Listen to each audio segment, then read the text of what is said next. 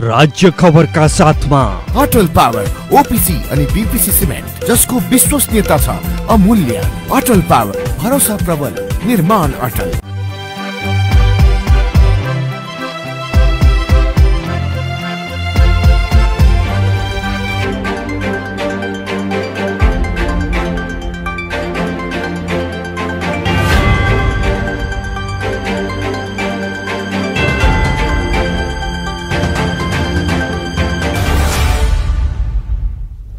नमस्कार, राज्य खबरमा स्वागत छ। म कल्पना नेउपाने। सुरुमा राज्य खबरका हेडलाइनहरू। लुम्बिनी प्रदेश सरकारमा रहेका जसपाका 3 सांसदको पद गुम्यो। मुख्यमन्त्री पोखरेल सरकार थप संकटमा।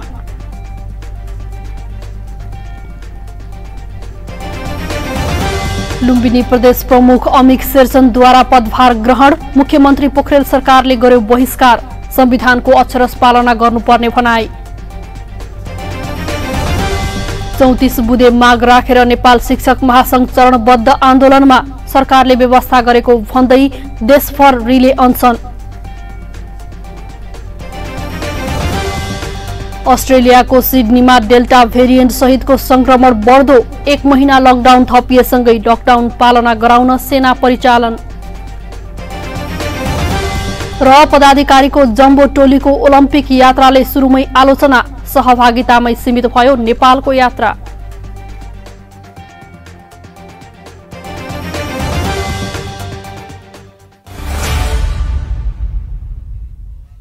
नेपाल गुणस्तर चिन्ह प्राप्त अटल पावर, ओपीसी तथा बीपीसी सिमेन्ट। मूल्यमा होइन, गुणस्तरमा विश्वास गर्नुहोस्। सस्तो सिमेन्टको प्रयोग गरेर आफ्नो निर्माणलाई कमजोर नबनाउनुहोस्। अटल पावर, ओपीसी अनि बीपीसी सिमेन्ट, जसको विश्वसनीयता छ अमूल्य। अटल पावर, भरोसा प्रबल, निर्माण अटल। अब ढुक्क हुनुहोस्। धेरै समयदेखि प्रतीक्षा गरिएको विश्व प्रसिद्ध ढलान प्रविधि अब रूपन्देहीमा स्थापित भएको छ। न मिस्त्रीको समस्या, न सिमेन्ट गिट्टी बालुवा खोज्ने र राख्ने ठाउँको समस्या, न त चुहिने भत्किने, न फिनिसिङकै समस्या। दिनभरि लाग्ने काम 2 घण्टामा तमाम। गुणस्तरीय ओपीसी सिमेन्ट, धोएको गिट्टी बालुवाबाट रेडीमिक्स कंक्रिट तयार गरी घर, पुल, बाटो तथा अन्य संरचना तयार गरी वर्षौंसम्म ढुक्क हुनुहोस्। लुम्बिनी आरएमसी रेडीमिक्सबाट कंक्रिट ल्याएर घर ढलान गरे। जिन्दगी भरिको लागि ढुक्क भए। तपाई ढुक्क हुनुहोस्। गुणस्तर लुम्बिनी आरएमसीले दिन्छ। लुम्बिनी रेडीमिक्स कंक्रिट प्रणाली, तिलोत्तमा 12, मङ्गलापुर, रूपन्देही। फोन 071 562 391, मोबाइल 98 570 35 966 र 98 026 52 956। लुम्बिनी रेडीमिक्स कंक्रिट प्रणाली। अब खबर विस्तारमा। लुम्बिनी प्रदेश सरकारको मन्त्री रहेका जनता समाजवादी पार्टी जसपाका 3 जना प्रदेश सभा सदस्यको पद गुमेको छ। पद गुमेसँगै मुख्यमन्त्री शंकर पोखरेलको सरकार थप संकटमा परेको छ। लुम्बिनी प्रदेशका मन्त्री सन्तोष कुमार पाण्डे, विजय बहादुर यादव र कल्पना पाण्डे लम्सालको सांसद पद गुमेको छ। वैशाख 6 गते मुख्यमन्त्री शंकर पोखरेल विरुद्ध अविश्वासको प्रस्ताव दर्ता गरेकै साँझ जसपाका 4 सांसद मन्त्री भएका थिए। पार्टी निर्णय विपरीत सरकारमा गएको भन्दै जसपाको उपेन्द्र यादव पक्षको निर्णयकै आधारमा गत वैशाख 16 गते सन्तोष कुमार पाण्डे, वैशाख 16 गते 3 सांसद सहित सुमन शर्मा रायमाझीलाई प्रदेश सभाले पद मुक्त गरेको थियो। तर सर्वोच्च अदालतको 3 जेठमा अन्तरिम आदेश भएपछि उनीहरूको पद थमौती भयो। 18 असारमा रायमाझीले भौतिक पूर्वाधार विकास राज्य मन्त्रीबाट राजीनामा दिएर यादव पक्षमा फर्किनु भएको छ, जसका कारण रायमाझीलाई भने कारबाही नगरिएको जसपाले जनाएको छ।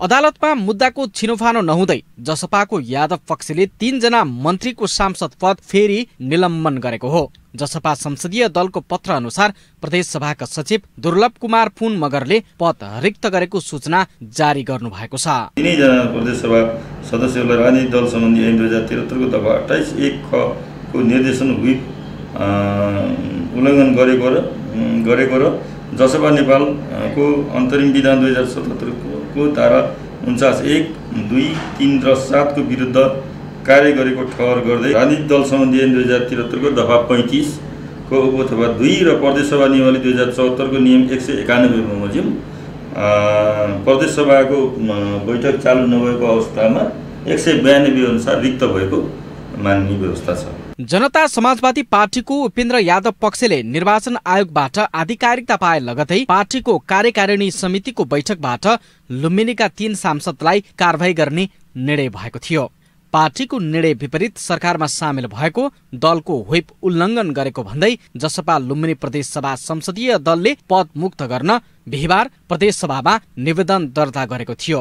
पार्टीले लगाएको व्हिप उल्लङ्घन गरेपछि उनीहरूलाई गत जेठ 30 गते स्पष्टीकरण सोधिएको र त्यसको चित्त बुझ्दो जवाफ नदिएकाले राजनैतिक दल सम्बन्धी ऐन 2073 अनुसार कारबाही गरेको जसपा संसदीय दलका नेता सहसराम यादवले बताउनुभयो। पार्टीको सांसद भएपछि टेकेर मन्त्री बन्ने, पार्टीको व्हिप उल्लङ्घन गर्ने, पार्टीको कारवाही भएपछि किन नस्वीकार गर्ने? या त पार्टीमा फर्केर आउनु पर्यो या त नैतिकताको आधारमा आफै राजीनामा दिएर जानु पर्थ्यो या कारवाहीको सामना गर्नु पर्दैन। किनभने जसपा पार्टी नेपालको कैडर भएपछि त्यो अधिकार भनेको जसपाका केन्द्रीय कार्य समितिको अधिकार हो। त्यसले आफ्नो सांसदलाई कारवाही गर्न सक्छ। पार्टीको विरुद्ध नियम सिद्धान्त विपरीत र व्हिप उल्लङ्घन गरेको धेरै कारणहरू छ।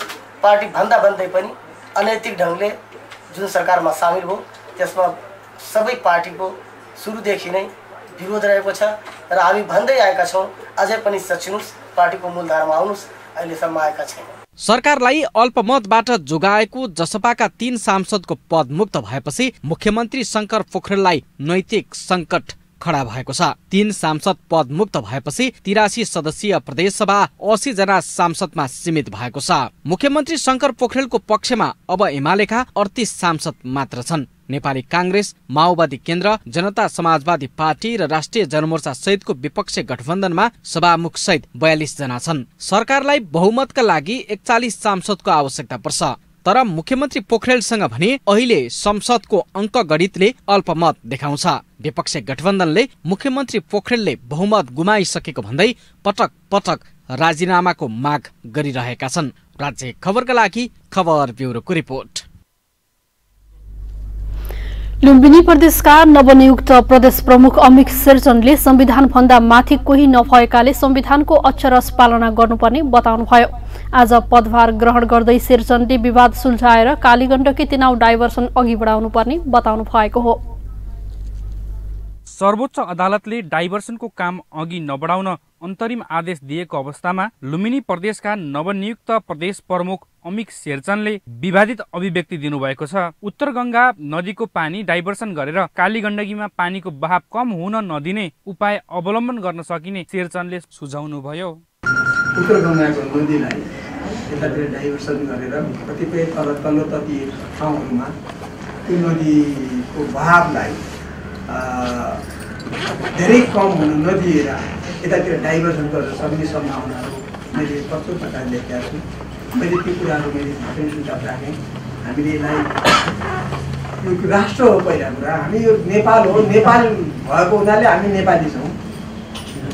यो प्रदेश त्यो प्रदेश, यो सिमाना त्यो सिमाना हाम्रो भित्र जहाँ गए पनि देखा, जहाँ पनि हामी नेपालीहरूले प्राप्त गर्ने हो, त्यसको भरपर्ने पर्छ।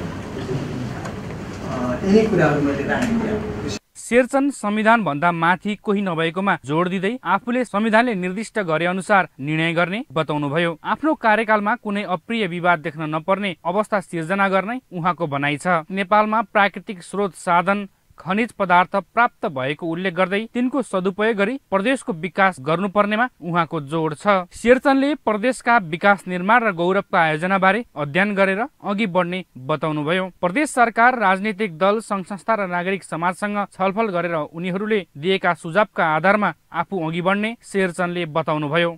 यही संविधानले दिएको जति पनि व्यवस्थाहरू छन् ती व्यवस्थाहरू हामी सबैले साझा सहमति, साझा सहकार्यबाट पूर्ण रूपमा पालना गर्नुपर्छ र कार्यान्वयन गर्नुपर्छ। नेपाल प्रकृतिले हामीलाई सम्पन्न र अत्यन्तै धनी बनाएको छ, तर हामी स्वयं धनी बन्न सकेका छैनौँ। राष्ट्रले त्यसलाई ठिक ढङ्गले सदुपयोग गर्न सकेको छैन। यो प्रदेश शान्तिपूर्ण तरिकाले, संवैधानिक तरिकाले अगाडि बढोस्। यो प्रदेशभित्र सबैको मिलमिलाप भएर अगाडि बढोस् र प्रदेशलाई समृद्धि र सुखी पनि यहाँका जनताको सुख र समृद्धिमा सबैले सहयोग पुर्याउन सकौँ, यही म अपेक्षा गर्छु। गत मंगलबारको मन्त्री परिषद बैठकले लुम्बिनी प्रदेश प्रमुखमा धर्मनाथ यादवलाई हटाएर शेरचनलाई नियुक्ति गरेको थियो। प्रदेश प्रमुख शेरचनले पदभार ग्रहण गर्नुअघि उहाँलाई स्वागत समारोहमा प्रदेशका मुख्यमन्त्री शंकर पोखरेल र मन्त्रीहरू उपस्थित भएनन्। कार्यक्रममा माओवादी केन्द्रका नेता र कार्यकर्ताको बाक्लो उपस्थिति रहेको थियो। आज बसेको प्रतिनिधि सभाको बैठकमा एमसीसी र विदेश नीतिको सम्बन्धमा एमाले सांसद भीम रावल र नेपाली कांग्रेसका प्रदीप गिरी बीच सवाल जवाफ भएको छ। सोमबार बसेको प्रतिनिधि सभाको बैठकमा विशेष समय लिएर बोल्दै एमाले सांसद भीम रावलले विभिन्न सन्धि सम्झौताले देशको स्वाभिमानलाई चोट पुर्याउने गरेको बताउनुभयो। रावलले मिलेनियम च्यालेन्ज कर्पोरेसन एमसीसी सम्झौता अमेरिकी सरकारसँग हुन लागेको भन्दै संसदले सम्झौता अनुमोदन नै नगरी कार्यान्वयन कसरी हुन्छ लगायतका प्रश्नहरू उठाउनुभयो। त्यो सम्झौता अनुमोदन भएको छैन भने त्यसको कार्यान्वयन सम्झौता कसरी हुन्छ? सम्झौता अनुमोदन नभई नुवाकोटका ती जग्गाहरू अधिग्रहण कसरी हुन्छन्? त्यसको कार्यालय कसरी खुल्छ? र एउटा 5 तारे होटलमा त्यसको कार्यालय खुलेर नेपाली जनताको राजस्वबाट टेलिभिजन र रेडियोबाट त्यो अनुदानको प्रशंसाको गीत गाउने कुरा कसरी हुन्छ? सबभन्दा पहिले नेपाली जनताको सार्वभौम अधिकारको अभ्यास गर्ने यो संसदले त्यसको बारेमा निर्णय गर्नुपर्छ। तब मात्र त्यसको कार्यान्वयन सम्झौता हुन्छ कसरी, अरू त्यसका कार्यालयहरू कसरी खुल्छन् तब हुनुपर्ने हो। यसबाट के देखिन्छ भने जसरी पूर्व प्रधानमन्त्रीहरूबाट केही समय अगाडि नेपालमा बाह्य हस्तक्षेपतर्फ सङ्केत गर्दै एउटा वक्तव्य प्रकाशित भएको थियो, यो गतिविधि सम्भवतः उहाँहरूको वक्तव्यले सङ्केत गरिनुपर्ने एउटा नमुना हो। यसअघि एमाले अध्यक्ष केपी शर्मा ओली नेतृत्वको सरकारले एमसीसी संसदबाटै पारित गर्न ठूलो जोडबलका साथ लागेको थियो। तर सरकार परिवर्तन भई नेपाली कांग्रेसका सभापति शेरबहादुर देउवा नेतृत्वको सरकार आएसँगै आफैले पारित गर्न खोजेको एमसीसीलाई वर्तमान सरकारलाई दोष लगाउने कुराप्रति लक्षित गरी नेपाली कांग्रेसका सांसद प्रदीप गिरीले अर्कालाई उचो निचो देखाएर मुखको तितो नपोखौ भन्दै रावलको अभिव्यक्ति प्रति कटाक्ष गर्नुभयो। नेपालको स्पष्ट विदेश नीति नभएको फाइदा उठाउँदै कुनै पनि देशप्रति उग्र अभिव्यक्ति नदिन गिरीले आग्रह गर्नुभयो। तथ्यहीन र उग्र मतभेद हुन्छ, सानो प्रश्न छ। चाहे अमेरिका हेर्नुहोस्, चाहे भारत हेर्नुहोस्, चाहे चीन हेर्नुहोस्, ठिक छ बेठिक छ, उनीहरूको जे दृष्टिकोण छ नेपालप्रति आफ्नो दृष्टिकोण छ, त्यो ठिक छ कि बेठिक छ भन्दिनँ, ज्यादा बेठिक नै होला। तर बेठिक किन छ भने हामी नेपालीले आज राजनीतिक दलको यत्रो दबदबामा चकचकीमा देशमा लोकतन्त्र होइन ज्यादातर दलतन्त्र चलिरहेको बेलामा पछिल्लो सर्वोच्च अदालत अपवादको रूपमा आएको छ। यो दलतन्त्रका माझमा हाम्रा सरोकारवाला दलहरू किन साझा विदेश नीति बनाउन सक्दैनन्? पूर्व वक्ता माननीयले जस्तै सारगर्भित कुरा भन्नुभए पनि यो सम्झना राख्न आवश्यक छ, जबसम्म मुलुकका सरोकारवालाहरू, मुलुकका सबै दलहरू र साझा विदेश नीतिका प्रति प्रतिबद्ध हुँदैनन्, हामीहरूमध्ये प्रत्येकले एकअर्कालाई तल देखाएर उँचा देखाएर मुखको तितो मात्रै पोख्छौँ। अहिले यस खास सन्धिका बारे म टिप्पणी गर्न चाहन्न। हामी आत्मनिर्भर बन्दाखेरि हामी विदेशी सहायता बिना पनि बन्न सक्छौँ। हामीले हाम्रा देशका संसाधनलाई माल पाएर चाल्न पाएको शैलीमा अगाडि बढाइरहेको छौँ। गिरीले भारत, चीन, अमेरिका प्रति साझा दृष्टिकोण बनाउन राजनीतिक दलहरूलाई आग्रह गर्नुभयो। सांसद गिरीले बोल्नु अघि एमाले सांसद भीम रावलले अमेरिकी सहयोग परियोजना एमसीसी को बारेमा अभिव्यक्ति दिनुभएको थियो। नेपाली कांग्रेसका नेता गगन थापाले पार्टी सभापति शेरबहादुर देउवा नेतृत्वको वर्तमान सरकारले कुनै पनि एक्सक्युज नपाउने उल्लेख गर्दै उहाँले कहीँ कतै नचुक्न आग्रह गर्नुभयो। बीपी कोइराला प्रतिष्ठान खाँडादेवी गाउँपालिकाले शुक्रबार काठमाडौँमा आयोजना गरेको कार्यक्रममा बोल्दै थापाले केपी ओलीले यो गरेनन् त्यो गरेनन् भन्ने दिन गएको स्मरण गराउनुभयो। कांग्रेस नेतृत्वको सरकारले अभावमा रहेका नागरिकलाई सरकार कस्तो हुन्छ भन्ने कुराको महसुस गराउने गरी काम गर्नुपर्ने उहाँको भनाइ थियो। नेता थापाले सरकारलाई सफल बनाउन सिङ्गो पार्टीले सहयोग गर्नुपर्ने आवश्यकता औल्याउनुभयो। फरक प्रसंगमा उहाँले पार्टीको आसन्न 14औं महाधिवेशनको मिति तलमाथि नगर्न पार्टी नेतृत्वलाई दबाब दिनुभयो। कांग्रेसको प्रत्येक कार्यकर्ताको धर्म यो बेलामा अभावमा भएको दुःखमा परेको मानिसलाई सहयोग गर्नुभएको जस्तै कांग्रेसको सरकारसँग पनि अब कुनै पनि एक्सक्युज यो सरकारले पाउँदैन, एक ठाउँ पनि चुक्ने यो सरकारले पाउँदैन। केपी ओलीले यो गरेन त्यो गरेन भनेर भन्ने दिन गयो। हामीले गरेर देखाउनुपर्छ, हाम्रो उपस्थिति देखाउन सक्नुपर्छ र देखाउँ हामीहरू सबै मिलेर गर्ने। प्रधानमन्त्री शेरबहादुर देउवाको सरकारलाई हामी प्रत्येकले हामी संसदमा छौँ, कोही बाहिर छौँ, पार्टीमा छौँ, विभिन्न ठाउँमा छौँ, हामी सबैले सहयोग पनि गर्ने हो।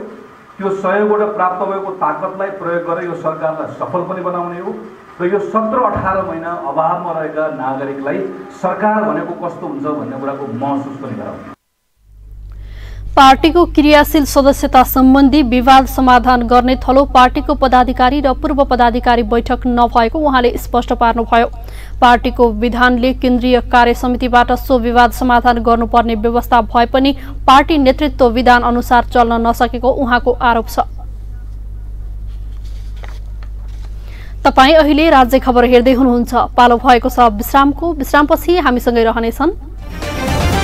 34 बुँदे माग राखेर नेपाल शिक्षक महासंघ चरणबन्द आन्दोलनमा सरकारले व्यवस्था गरेको भन्दै देशभर रिले अनसन। अस्ट्रेलियाको सिडनीमा डेल्टा भेरिएन्ट सहितको संक्रमण बढ्दो, 1 महिना लकडाउन थपिएसँगै लकडाउन पालना गराउन सेना परिचालन। र पदाधिकारीको जम्बो टोलीको ओलम्पिक यात्राले सुरुमै आलोचना, सहभागितामै सीमित भयो नेपालको यात्रा।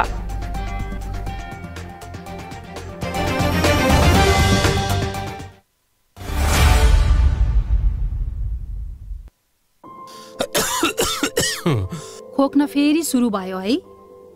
चुरोट छोड्नु भनेको मान्नुहुन्न? खासै खोकी छैन। थाहा छ, चुरोट खैनी जस्ता सुर्तीजन्य पदार्थ सेवन गर्नेहरूलाई कोरोना संक्रमण भएमा गम्भीर लक्षण देखिने र जटिलता समेत हुन्छ। थाहा छ, तिमीले पनि अनेक कुरा थाहा पाउँछौ। हो त, सुर्तीजन्य पदार्थले फोक्सोमा पहिले नै क्षति पुगिसकेको हुन्छ, अनि कोरोना संक्रमण भयो भने झन क्षति पुर्याउँछ। अनि अरू? फेरि चुरोट सुर्ती हुक्का खाँदा हातका औलाले ओठ, मुख र नाकमा छुने, अझ एक अर्का बीच साटासाट गरी खानेहरूमा त कोरोना सर्ने जोखिम झन बढी हुन्छ। हो र, नयाँ तर निकै महत्त्वपूर्ण कुरा भन्यौ तिमीले। अबदेखि म कुनै पनि किसिमको सुर्तीजन्य पदार्थ खाँदै खान्न। सुर्तीजन्य पदार्थको सेवन गर्नेहरूमा कोभिड-19 को संक्रमणको गम्भीर लक्षणदेखि जटिलता समेत हुन्छ। त्यसैले सुर्तीजन्य पदार्थ कहिल्यै सेवन नगरौं। कोभिड-19 बाट बचौं र बचाऊ। विश्रामपछि पुनः स्वागत छ। अब बाँकी खबर। सरकारले भूमिहीन दलित र सुकुम्बासीलाई जग्गा दिने भनेको विषयमा विधायन व्यवस्थापन समितिले अध्ययन र अनुसन्धान गर्ने भएको छ। शुक्रबार सिंहदरबार स्थित संघीय संसद सचिवालयमा बसेको समिति बैठकमा उक्त विषयमा छलफल भएको हो। सरकारले भूमि दिने भन्ने विषयको काम कारबाही कहाँ पुग्यो भन्ने विषयमा अध्ययन र अनुसन्धान गर्ने समिति सभापति परशुराम मेघी गुरुङले जानकारी दिनुभयो। संविधान घोषणा भएको उपलक्ष्यमा संविधान दिवसमा लोकतान्त्रिक मेला र संविधान कार्यान्वयनको 7 वर्ष पूरा भएको बारेमा छलफल गर्ने कार्यहरू रहेको उहाँले बताउनुभयो। एकपटक राज्यले जमिन दिने भन्ने विषयको काम कारबाही कहाँ पुगेको छ भनेर त्यसको बारेमा अध्ययन अनुसन्धान गर्ने, अर्को चाहिँ संविधान घोषणा भएको उपलक्ष्यमा संविधान दिवसमा हामीले लोकतान्त्रिक मेला र संविधानको कार्यान्वयनको 7 वर्षको बारेमा छलफल कार्यक्रमहरू गर्ने भन्ने कुराबाट छ। र अरू त्यसैगरी समिति बैठकमा समितिको वार्षिक प्रतिवेदनको विषयमा छलफल भएको थियो। विभिन्न 34 बुँदे माग राखेर आन्दोलनरत नेपाल शिक्षक महासंघले शुक्रबार देशभरि रिले अनसन गरेको छ। महासंघले शैक्षिक क्षेत्रका लागि छुट्टै मर्यादाक्रम हुनुपर्ने, निजामती सरह तलब भत्ता र ग्रेडिङको व्यवस्था हुनुपर्ने, शिक्षक सेवा आयोगमा पदाधिकारी नियुक्त गर्नुपर्ने, विगतमा सरकार र महासंघबीच भएका सम्झौताहरू पालन गर्नुपर्ने माग गरेको छ। यस्तै संघीय शिक्षा ऐन लागू गर्नुपर्ने, स्थानीय तहबाट हुने शिक्षक सरुवा रोक्नुपर्ने, शिक्षक कर्मचारी स्वास्थ्य कोषको व्यवस्था गर्नुपर्ने, शिक्षक अस्पतालको व्यवस्था गर्नुपर्ने लगायतका माग राखेर आन्दोलन गरिरहेको छ। यसैबीच महासंघले लुम्बिनी प्रदेशको सामाजिक विकास मन्त्रालयमा रिले अनसन बसेको छ। गत वैशाख 20 गतेदेखि चरणबद्ध आन्दोलनमा रहेको महासंघले शुक्रबार बिहान 8 बजेदेखि दिउँसो 4 बजेसम्म रिले अनसन गरेको हो। राज्यको विभेदपूर्ण नीति र महासंघले राखेका माग पूरा गर्न सरकारले व्यवस्था गरेकाले आन्दोलनलाई निरन्तरता दिनु परेको महासंघका लुम्बिनी प्रदेश उपाध्यक्ष एवं आन्दोलन परिचालन समितिका संयोजक कुलप्रसाद लामिछानेले बताउनुभयो। समग्र शिक्षा क्षेत्रको विकाससित सम्बन्धित हाम्रा मागहरू रहेका छन् र राज्यले अहिलेसम्म चौथो चरणको यो अभियानमा आइपुग्दा समेत हामीलाई वार्ताको टेबलमा समेत नबोलाएको हुनाले आज नेपाल शिक्षक महासंघमा आबद्ध सबै शिक्षक कर्मचारीहरू नेपालभरिका सबै पालिकाहरूमा सबै प्रदेशका सामाजिक विकास मन्त्रालयमा र माइती घर मण्डलमा काठमाडौँमा समेत हामी चाहिँ अनसनमा चाहिँ छौँ। रिले अनसनमा रिले अनसनमा महासंघमा आबद्ध विभिन्न शिक्षक संगठनका पदाधिकारी सदस्य तथा शिक्षकहरूको सहभागिता रहेको छ। आन्दोलनकै बलबाट माग पूरा गराउनका लागि प्रयत्न जारी रहेको नेपाल शिक्षा महासंघ लुम्बिनी प्रदेशका अध्यक्ष प्रेम भण्डारीले बताउनुभयो। हाम्रा 34 बुँदे मागहरूको सन्दर्भमा अझै कुनै किसिमको तदारुकता नदेखाएको, कुनै ढङ्गको वार्ता र कुनै ढङ्गको मागलाई सम्बोधन गर्ने किसिमका कामहरू सरकारद्वारा अगाडि नबढाइएको अवस्था। हामीले यो आन्दोलनलाई अझ थप उचाइमा पुर्याउनको लागि आन्दोलनकै बलबाट, आन्दोलनकै दबावबाट अहिले गठन भएको सरकारको पनि ध्यानाकर्षण गर्न जरुरी छ। यदि हामी यो चौथो चरणको आन्दोलन हाम्रो भाद्र 5 गतेसम्म अथवा भाद्र 5 गतेसम्म हाम्रो यो चौथो चरणको आन्दोलन अगाडि जान्छ विभिन्न कार्यक्रमहरूका साथ। हामीले हजारौं शिक्षकहरूले बालुवाटार अगाडि पनि प्रदर्शन गर्ने हाम्रो कार्यक्रम भएको छ। राज्य खबरका लागि माधव पौडेलको रिपोर्ट। इहुन सुर्खेत जिल्ला निवासी जितबहादुर खड्का अहिले उनी 36 वर्षका भए। अहिले उनी 4 जनाको परिवार सहित लमहीमा मकै पोल्ने काम गर्दछन्। सोही कामबाट 4 जनाको परिवार पाल्दै आएका उनी सुनाउँछन्। घामको तातो एकातिर, आगोको राप अर्कोतिर शरीर पसिनाले भिजेको छ। हत्केलामा चिम्टा समाउँदा समाउँदा ठेला परेका छन्। कोइला र खरानीले मुहारमा दाग देखिन्छ। सुर्खेतका खड्का हाल लमही नगरपालिका वडा नम्बर 5 मा मासिक 3000 भाडा तिरेर दिनभर तातो रापमा मकै पोल्दै दैनिकी बिताउने गर्दछन्।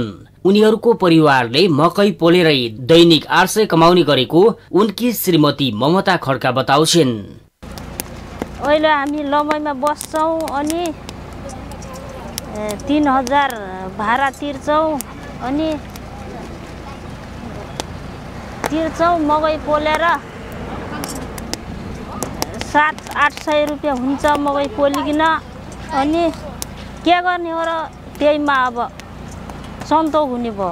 दाङको देउखुरी क्षेत्रमा 12 महिना मकै खेती हुन्छ। सोही अनुसार उनको मकै व्यापार पनि 12 महिना हुन्छ। तातो घाममा आगोको रापमा पसिनाका धारा पुस्दै मकै पोलेको कमाईबाट 2 छोराको पढाइ खर्चको जोहो गर्ने र परिवार पाल्दैमा सकिने र लकडाउनका कारण 2 छोरालाई पनि यही व्यापारमा लगाएको मकै व्यापारी खड्का बताउँछन्। अहिले छुट्टी छ स्कुलको, त्यही भएर छोराहरूले पनि दिनभरि मकै बेच्छन्, साँझ बिहान पढ्छन्। मैले मकै पोलिदिन्छु, छोराहरूले बेच्छन्। यस्तै अब पसिना बगाएर दुःख गरिरहनु परेछ। अब यस्तै छ गरिबको जिन्दगी, के गर्ने अरू। उनले बिहान किसानले बेच्न ल्याएको मकै खरिद गरेर बेलुका 9 बजेसम्म बेच्ने गर्दछन्। दिनमा 100 वटा जति मकै बिक्री हुने गरेको र पोलेको एउटा मकै रु 20 रुपैयाँमा बिक्री हुन्छ भने काँचो मकै बेच्दा रु 15 मा बिक्री गर्दछन्। यी त एक उदाहरण मात्र हुन्। सरकारले सडकमै व्यापार गरेर आफ्नो परिवार पाल्दै आएकाहरूका लागि केही कार्यक्रम ल्याउन सके यिनीहरूको जीवनस्तर उस्कने थियो। राज्य खबरका लागि दाङ देउखुरीबाट शिवराज खनालको रिपोर्ट। तपाई अहिले राज्य खबर हेर्दै हुनुहुन्छ। एकैछिन विश्राम।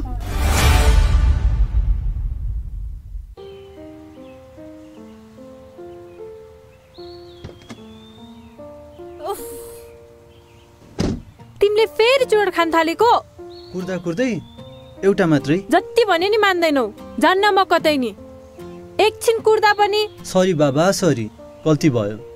तिम्रो कसम, अबदेखि खान्न। बरु जाउँ कतै लन्च खान। चुरोट, हुक्का, खैनी जस्ता सुर्तीजन्य पदार्थ पूर्ण रूपमा निषेध भएको रेस्टुरेन्टमा मात्रै जान्छु म।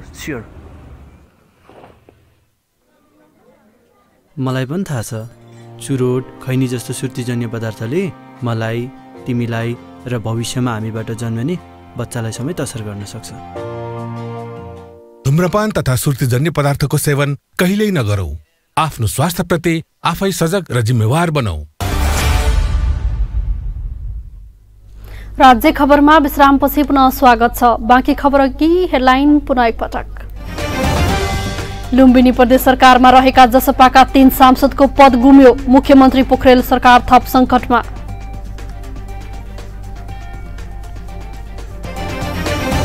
लुम्बिनी प्रदेश प्रमुख अमिक शेरचनद्वारा पदभार ग्रहण। मुख्यमन्त्री पोखरेल सरकारले गर्यो बहिष्कार। संविधानको अक्षरश पालना गर्नुपर्ने भनाई। 34 बुँदे माग राखेर नेपाल शिक्षक महासंघ चरणबद्ध आन्दोलनमा। सरकारले व्यवस्था गरेको भन्दै देशभर रिले अनसन। अस्ट्रेलियाको सिडनीमा डेल्टा भेरिएन्ट सहितको संक्रमण बढ्दो। 1 महिना लकडाउन थपिएसँगै लकडाउन पालना गराउन सेना परिचालन। र पदाधिकारीको जम्बो टोलीको ओलम्पिक यात्राले सुरुमै आलोचना। सहभागितामै सीमित भयो नेपालको यात्रा।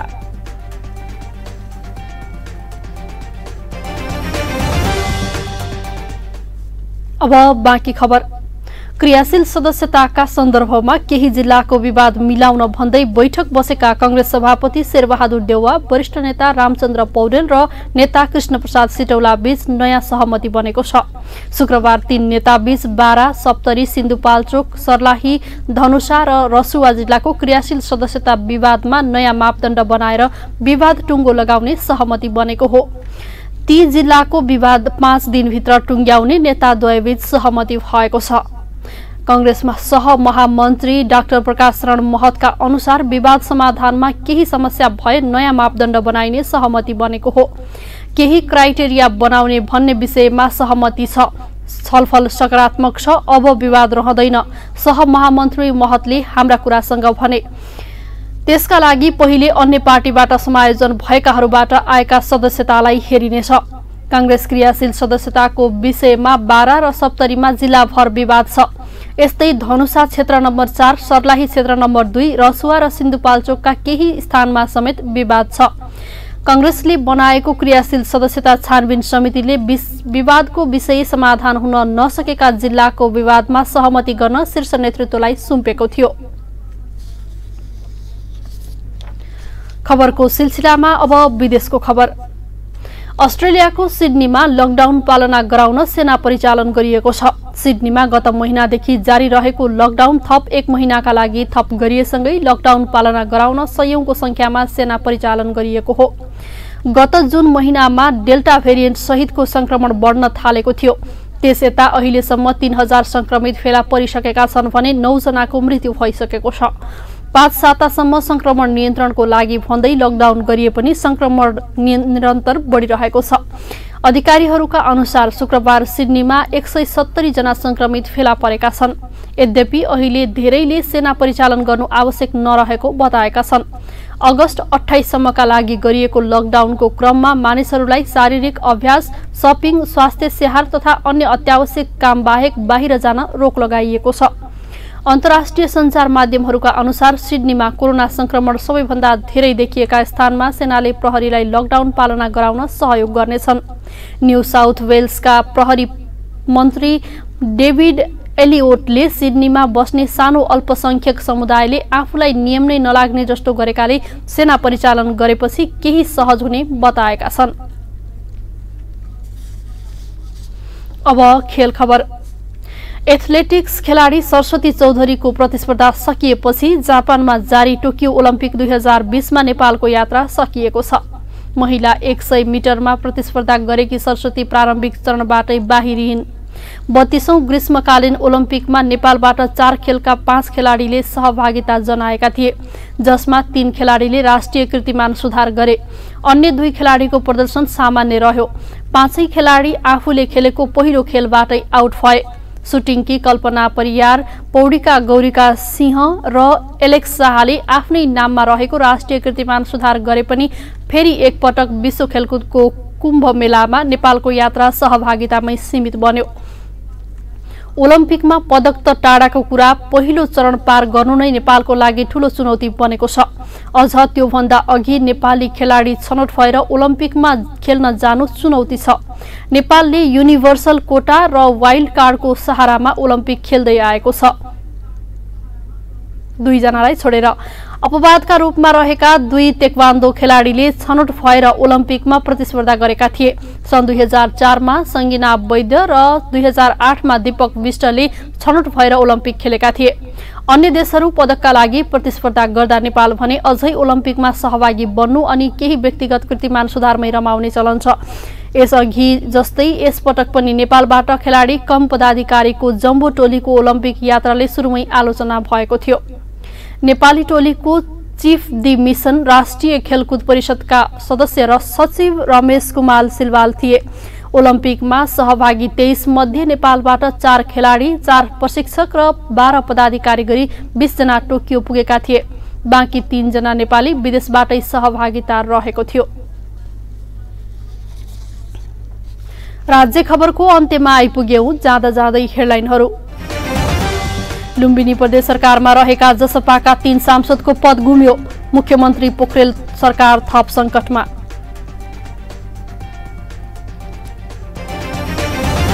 लुम्बिनी प्रदेश प्रमुख अमिक शेरचनद्वारा पदभार ग्रहण। मुख्यमन्त्री पोखरेल सरकारले गर्यो बहिष्कार। संविधानको अक्षरश पालना गर्नुपर्ने भनाई। 34 बुँदे माग राखेर नेपाल शिक्षक महासंघ चरणबद्ध आन्दोलनमा। सरकारले व्यवस्था गरेको भन्दै देशभर रिले अनसन। अस्ट्रेलियाको सिडनीमा डेल्टा भेरिएन्ट सहितको संक्रमण बढ्दो। 1 महिना लकडाउन थपिएसँगै लकडाउन पालना गराउन सेना परिचालन। र पदाधिकारीको जम्बो टोलीको ओलम्पिक यात्राले सुरुमै आलोचना। सहभागितामै सीमित भयो नेपालको यात्रा।